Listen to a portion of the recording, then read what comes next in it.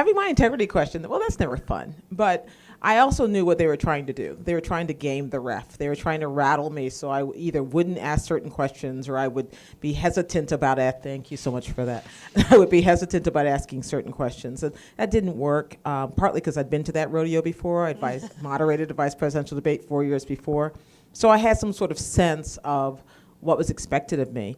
I also was extraordinarily clear that they were trying to mess with my mind, and I wasn't going to have it. A lot of people had lots of opinions about whether I would be fair or not, which had nothing to do, was not based at all on my job and what I'd done, or people who didn't know my work.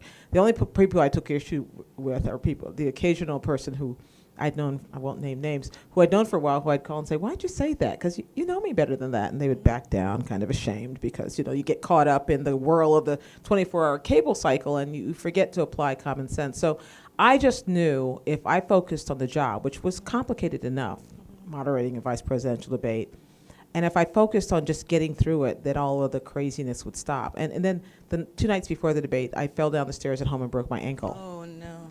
So there was I had a lot of distractions. I was mostly trying to think, how do I get on stage on crutches without slipping and falling in front of 60, 70 million people? And they provided very thoughtful for me at Washington University 2 football players. Really? It's a nice perk. Their names were Tim and Buck.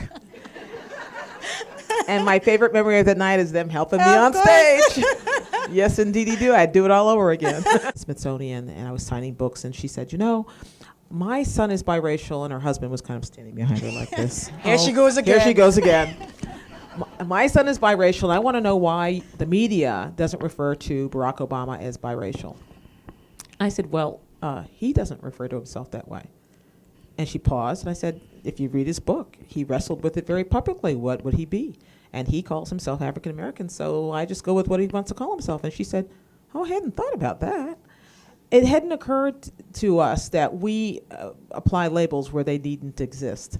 And so as a result, we spend a lot of time freaking out about mentioning race. For instance, my favorite moment is when someone identifies someone in the back of the room and says, it's the guy in the black turtleneck with the glasses on and the gray suit. His arms are kind of crossed in front of him. And you say, you mean the black guy in the back of the room? And they go, oh, well, yes. They don't want to talk about it, even if it's an identifying characteristic, because we have now come to think of race as a negative, or gender as a negative, or sexual orientation as a negative. Otherwise, why would I get questions from people saying, don't mention Barack Obama, don't even mention him by race. He's not, why even call him black? We're post-racial. Well, first of all, I don't know why I wouldn't call him that unless I thought it was a bad thing. That's the only reason you do not use a term or descriptive is because you think it's a negative. So since I don't think being black is negative, I wake up every morning and go, hey, it's pretty cool. Does not burden me one bit. So if I don't think of it as being a negative, then maybe you don't have to. And if we can look at it that way, okay, that's the beginning of the conversation. The next part of the conversation is then how do we act on that? What do we do with that? It's not just that we name who we are, but then we don't use it as a limitation. We use it as a positive, something that enhances what you know. When I think of diversity, for instance, I don't think of diversity as, okay, one from column A, one from column B, put them in a room and look, we're diverse. No, it's got to be diversity of thought, of action, of intent, of just where you were raised, how you were raised. When I covered the Department of Housing and Urban Development when I worked at the Washington Post, I am convinced I'm the only reporter I know who had ever lived in public housing. Now, I didn't carry this around as, oh, my poor life, I came up from the bootstraps from public housing.